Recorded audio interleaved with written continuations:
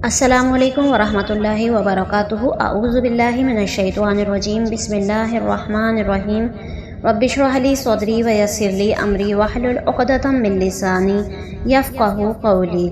آج ہم بات کریں گے سید الاستغفار کے بارے میں، جو کہ 5 کلمہ میں بھی شمار ہوتا ہے اور اس کو جنت میں جانے کا نبوی نسخہ بھی بتایا گیا ہے۔ صحیح بخاری سے روایت ہے کہ جب بندہ سچے دل سے توبہ کر لیتا ہے تو وہ ضرور جنت میں جائے گا۔ جو شخص یقین کے ساتھ یہ دعا شام کے وقت 1 مرتبہ پڑھ لے، پھر اسی رات میں انتقال کر گیا تو وہ جنتی ہے، اور پھر اسی طرح اگر کوئی بندہ اسے صبح کے وقت پڑھ لے اور شام تک انتقال کر جائے تو وہ بھی جنت میں ہی جائے گا۔ آپ صلی اللہ علیہ وسلم نے فرمایا کہ میں ہر روز دن میں 70 مرتبہ اللہ کے سامنے استغفار کرتا ہوں، یعنی اپنی توبہ کرتا ہوں، اپنے گناہوں پر میں عاجز ہوں۔ حالانکہ آپ صلی اللہ علیہ وسلم تو گناہوں سے معصوم ہیں، لیکن پھر بھی آپ 70 مرتبہ دن میں توبہ کرتے ہیں۔ توبہ کرنے کی توفیق اسی بندے کو ملتی ہے جو اللہ تعالیٰ کے قریب ہوتا ہے۔ بندہ جتنا اللہ کے قریب ہوتا ہے اتنا ہی توبہ کرتا ہے۔ اللہم انت ربی، اے اللہ تو میرا رب ہے۔ جب بندہ گناہ کرتا ہے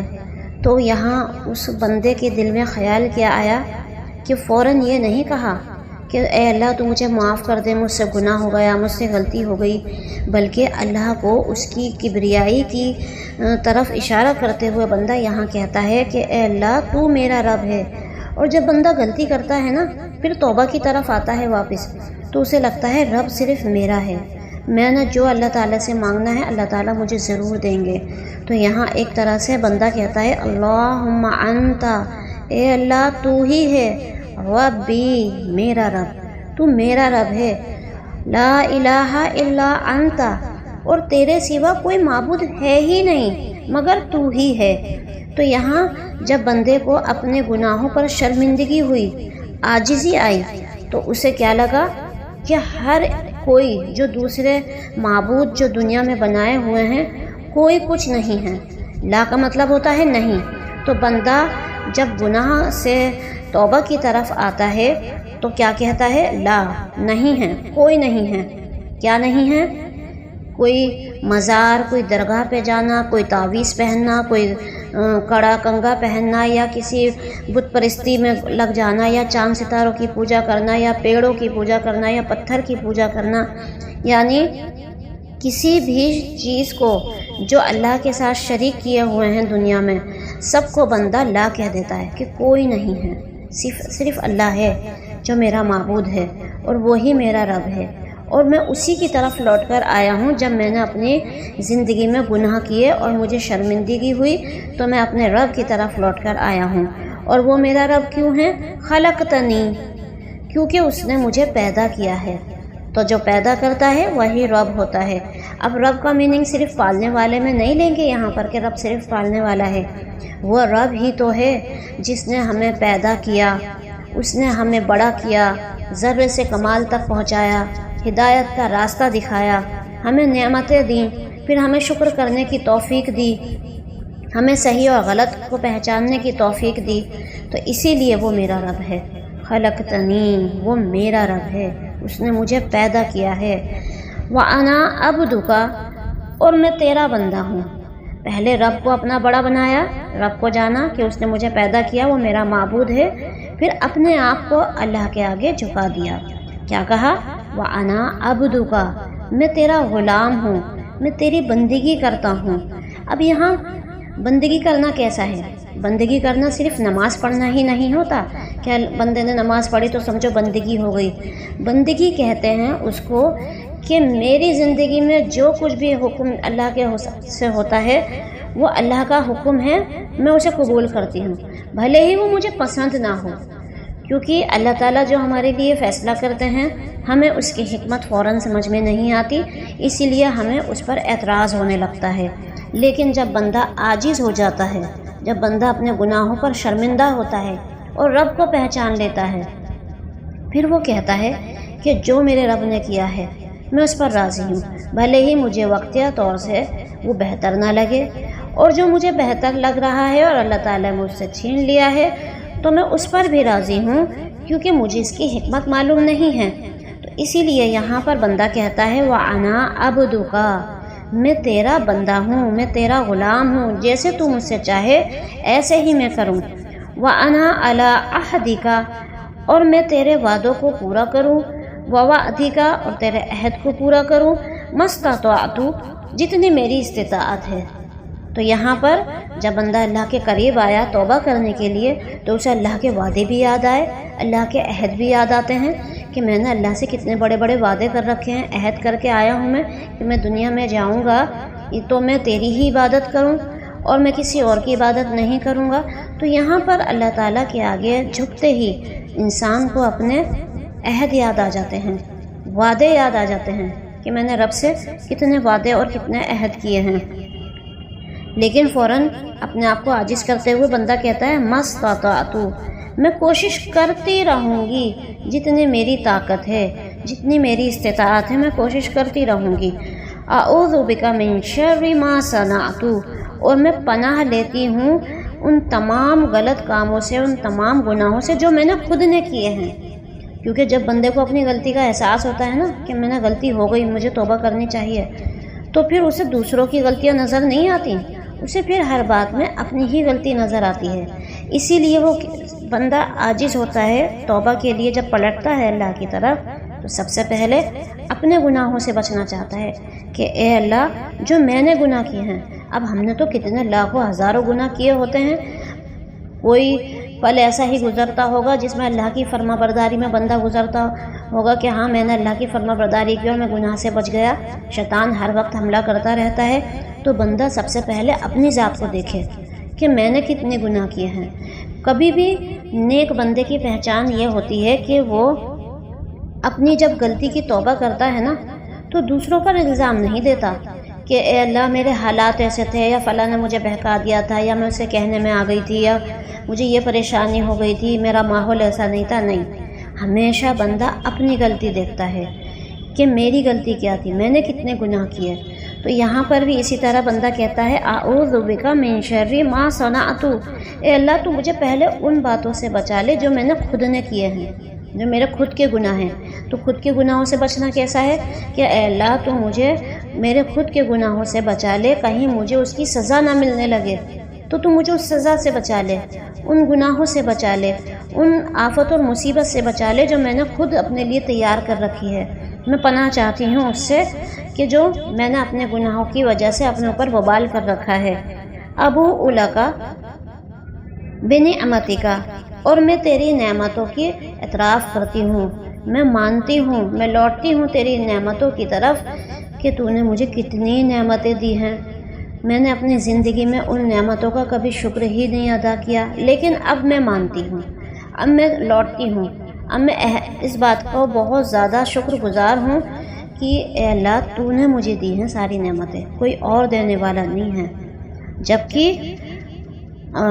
ابوء لک بنعمتک علی وابوء لک بذنبی، اور میں نے کتنے گناہ کیے ہیں، تو نے تو مجھے نعمتیں دی اور ایک کے بعد ایک دیتا گیا، اور میں نے کیا کیا بدلے میں؟ گناہ، بذنبی، ایک کے بعد ایک گناہ۔ تو میں کتنی بری ہوں، میرے عمل کتنے برے ہیں، میں کیا کروں؟ اے اللہ فاغفر لی، اب تو مجھے معاف کر دے، کیونکہ تیرے سوا کوئی معاف کر ہی نہیں سکتا، بس تو مجھے معاف کر دے۔ تو اس یہاں پر فاغفر لی میں بہت بڑی امید ہے بندے کی، چونکہ رب میرا ایسا ہے جس کے ساتھ ہم کسی کو شریک نہیں کرتے، وہ جو ہے خود ہے، اور میرا رب ایسا ہے جس نے مجھے پیدا کیا ہے۔ میں نے اس سے بڑے بڑے وعدے کیے تھے لیکن میں نے ان وعدوں کو پورا نہیں کیا۔ پھر جب مجھے احساس ہوا تو میں نے دعا کی کہ اللہ میں اپنی کوشش کے مطابق تیرے یہ وعدے پورے کرنے کی کوشش کروں گی، جتنا مجھ سے ہو سکے گا میں کروں گی کوشش، میں تیرے عہد کو، تیرے وعدوں کو پورا کرنے کی کوشش میں لگی ہوئی ہوں، میں ہار نہیں مان رہی، لیکن ہاں تیری بندی ہوں، غلطیاں بھی مجھ سے ضرور ہوں گی، بھول بھی پڑے گی مجھے کہ میں کیا وعدے کر کے آئی تھی اپنے رب سے۔ تو سب سے پھر اس کے بعد بندہ اپنے آپ کے گناہوں کو دیکھتا ہے، اور اپنے گناہ کو دیکھنے کے بعد اسے رب کی نعمتیں یاد آتی ہیں کہ میرے رب نے مجھے کتنی نعمتیں دی ہیں، اللہ تعالیٰ مجھے کتنی نعمتیں دے رہے ہیں۔ سب سے پہلے انسان کے پیدا ہوتے ہی اس کی سانسوں کا چلنا، پھر اس کے والدین کی شفقت اور محبت، پھر بچے کے محبت کے ساتھ والدین جو اس کو پالتے ہیں، پھر اس کے بعد اس کا چلنا پھرنا کھانا پینا بنا کسی محنت اور مشقت کے، اس کے والدین اس کے بہن بھائی اس کے گھر والوں سے محبت کرتے ہیں، پھر وہ مسلمان گھرانے میں پیدا ہوتا ہے، دین اسلام اسے مل جاتا ہے بنا کسی محنت کے، جبکہ صحابہ کرام نے تو کتنی محنت کی ہے دین حاصل کرنے کے لیے، اور ہمیں بچپن سے ہی دین مل جاتا ہے، ہمارے گھروں میں قرآن موجود ہوتے ہیں، ہمیں بالکل بچپن سے ہی دین سکھایا جاتا ہے، یہ کتنی بڑی نعمت ہے۔ اگر کوئی بندہ کسی غیر مسلم کے گھر میں پیدا ہو جائے تو پھر اسے یہ نعمت حاصل نہیں ہو سکتی، لیکن جب بندہ مسلمان گھر میں پیدا ہوتا ہے تو اسے یہ بہت بڑی نعمت حاصل ہو جاتی ہے۔ پھر اسی طرح ہمارے کھانے کی نعمت، پینے کی، کپڑوں کے پہننے کی، آرام کی، نیند کی، صحت تندرستی کی، ہر طرح کی غذا ہمارے گھروں میں موجود ہوتی ہے، سکون ہمارے گھروں میں موجود ہے، ہمیں جہاد نہیں لڑنا پڑ رہا اپنے دین کی خاطر، ہمیں بہت محنتیں نہیں کرنی پڑ رہی ہیں اپنے دین کی خاطر۔ یہ سب کیا ہے؟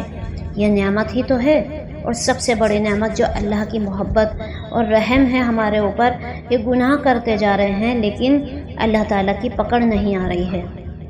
تو یہ بھی تو نعمت ہے۔ تو جب بندہ اپنے گناہوں پر شرمندہ ہوتا ہے تو پھر کہتا ہے ابوء لک بنعمتک علیہ، اے اللہ میں تیری نعمتوں کی طرف لوٹتا ہوں، مجھے احساس ہو گیا کہ تو نے مجھے کتنی نعمتیں دی ہیں، وابوء لک بذنبی، اور میں نے کتنے گناہ کیے ہیں، ذنب کہتے ہیں گناہ کو، تو بندہ کہتا ہے میں نے کتنے گناہ کیے بدلے میں، جبکہ مجھے تیری نعمتوں کا شکر ادا کرنا چاہیے تھا، تیری عبادت کرنی چاہیے تھی شکر میں، اور میں نے بہت گناہ کیے، بس اب تو مجھے معاف کر دے، فاغفر لی، معاف کر دے، تیرے سوا کوئی ہے ہی نہیں جو تو مجھے معاف کر سکتا ہے۔ فَإِنَّهُ لَا يَغْفِرُ الذُّنُوبَ إِلَّا أَنْتَ، تو بس تو ہی ہے جو معاف کرنے والا ہے، تیرے سوا کوئی نہیں ہے جو مجھے معاف کر دے، میرے گناہوں کو بخش دے، مجھ پر رحم کرے اور مجھے جنت میں داخل کر دے۔ تو یہ پوری دعا جو ہم نے پڑھی ابھی، یہ بندے کو اس کے گناہوں کی توبہ سے اس کو عاجز کرتے ہوئے اپنی غلطیوں کا احساس کراتی ہے، کیونکہ اس دعا میں سب سے پہلے کیا بتایا؟ اللہ کی پہچان، رب کی پہچان، پھر اپنی بندگی کا اعلان کہ میں تیرا بندہ ہوں، تو نے مجھے پیدا کیا ہے، پھر انسان کو اپنے وعدے عہد یاد آتے ہیں، پھر وعدوں اور عہد کے بعد اپنی غلطی کا احساس ہوتا ہے، میں نے کتنے گناہ کیے، پھر اس کے بعد اللہ کی نعمتیں، اس کا احساس ہوتا ہے کہ اللہ تعالیٰ اتنے گناہوں کے بعد بھی مجھے دیے ہی جا رہا ہے، اور پھر اپنے گناہوں کا خیال کہ میں نے بدلے میں کیا دیا۔ اسی لیے پھر بندہ پوری امید سے کہتا ہے کہ جب اللہ تعالیٰ نے مجھے پوری زندگی میری نعمتوں میں ہی گزاری ہے، جبکہ میں نے کتنی نافرمانی کی ہے، تو بے شک میرا رب مجھے معاف بھی کرے گا۔ تو یہاں بندہ اسی عاجزی اور اسی امید کے ساتھ معافی مانگتا ہے، فاغفر لی فإنہ لا یغفر الذنوب الا انت، اے اللہ تیرے سوا کوئی نہیں ہے جو میرے گناہوں کو معاف کر دے مگر صرف تو ہی ہے۔ تو ہمیں کبھی بھی یہ نہیں سوچنا چاہیے کہ ہم سے غلطی ہو گئی تو اب ہمیں معافی نہیں ملے گی، یا اگر ہم سے غلطی ہو گئی ہے یا ہماری ساری زندگی گناہوں میں نکل گئی ہے، چھوٹا گناہ ہو یا بڑا گناہ ہو، ہمیں اللہ تعالیٰ سے توبہ کرتے رہنا چاہیے،